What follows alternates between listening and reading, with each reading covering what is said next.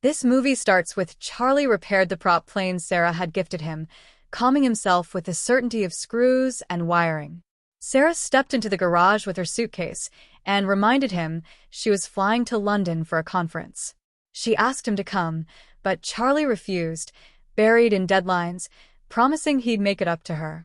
At CIA headquarters, he passed through the security scanners he designed and sat down in decryption and analysis. A message arrived from Inquiline, the faceless source who had fed him intel for years. This time the drop came with a warning. The material could endanger the CIA itself. Charlie tried to guess their location, Istanbul. But the reply dodged him. He fought the cipher for hours, then carried the files into a restricted system and finally opened them. What spilled out turned his stomach.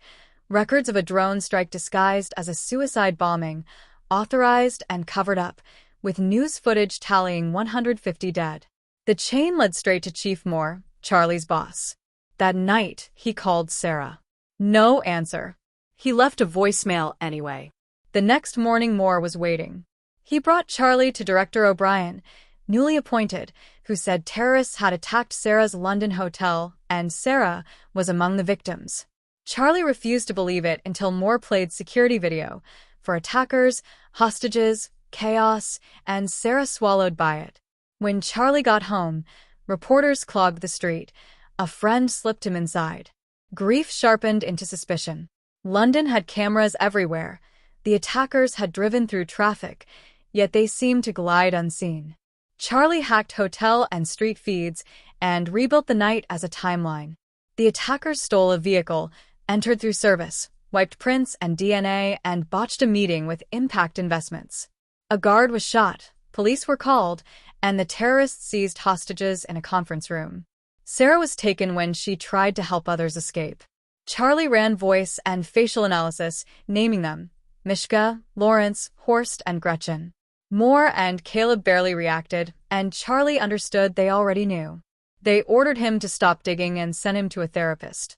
Charlie nodded, then hid a chip in his badge and walked through security without the scanners noticing.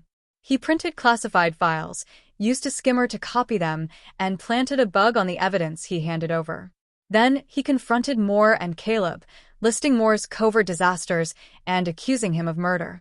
He claimed he'd set a dead man's switch that would leak everything unless he entered a code every 5 hours, and demanded full CIA training, passports, cash, a gun, and intel on Sarah's killers. Moore called it a bluff, but Caleb wouldn't risk it. They sent Charlie to a training facility under Colonel Henderson, quietly planning an accident later. At the range, Charlie was a terrible shot unless he crept close, but in explosives he was frighteningly quick. Henderson drilled a new identity into him under harassment and pain, then tested whether he could kill by pressing a pistol into his hands and offering his own chest. Charlie's hands shook. He lowered the gun. Back at headquarters, analysts decrypted an ABBA CD found under a bar jukebox and confirmed the dead man's switch was fake. Moore phoned Henderson to arrest Charlie, unaware Charlie was listening through the bug he'd planted. Charlie ditched his earpiece and vanished, boarding a plane. He reached London, then Paris. He rented a room near a restaurant where Gretchen appeared, tracked her phone, slipped into her building behind a tenant, and picked her lock using an online tutorial. He photographed her schedule and found a gun. When she came home, he waited on the stairs, but couldn't pull the trigger. Digging deeper, he learned she visited a hospital and had severe allergies. The next day, he followed her inside, trapped her in a testing chamber, and flooded it with pollen, demanding Horst's name. Gretchen fought free, sprinted outside, and was struck by a car. Charlie stole her phone and ran. Henderson tracked him through that phone and cornered him in a bar. Charlie escaped by detonating a bomb in the bathroom, letting panic swallow the room. Running out of options, he contacted Inquiline and flew to Istanbul on a cargo plane.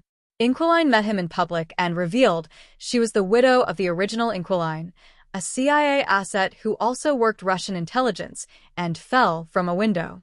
She was tired of running and kept a gun for the day someone finally caught her. Together they mapped the remaining targets: Lawrence the arms dealer, Mishka the traveler who posted everything, and Horst the mercenary broker who hired for more. They traced Mishka to Madrid by hacking hotel cameras. Charlie checked in and watched Mishka swim through a glass-bottom rooftop pool that bridged two buildings. Henderson was closing in, and O'Brien, suspecting Moore's rogue black ops, sent her own agent to tail him. Charlie built a device and hid it near the pool. When Mishka swam, Charlie confronted him. "Talk, or the pool shatters." Mishka laughed and kept swimming. Charlie pressed the button. Glass webbed, cracked, and collapsed. Mishka fell to his death as water poured into the street. Caleb's team traced Charlie's encrypted chats and realized he had help. One night, Inquiline's bird shrieked. Cameras showed agents approaching and a drone overhead. Charlie and Inquiline escaped through a hidden tunnel and sprinted to her car. Gunfire followed, even from a pursuing boat. The car was disabled. Inquiline was mortally wounded. Charlie shoved her into the passenger seat, drove until he lost them, and kissed her goodbye in a garage. He kept her shopping bag on the seat beside him, a final disguise, until dawn blurred the coastlines below. Alone, Charlie posed as an arms seller and arranged a meeting with Lawrence in Romania. He bought new electronics and planted fake footage in a Berlin security feed so the CIA would chase a phantom. In an abandoned building, Lawrence arrived to a ringing phone and a box of bombs rigged to detonate if he moved. Charlie stepped from the shadows with Sarah's photo and demanded Horst's location. Lawrence, sweating, said Horst operated in Russian waters and took deliveries at a Baltic seaport. He tossed down his phone. Charlie walked away, and the bombs ended the conversation.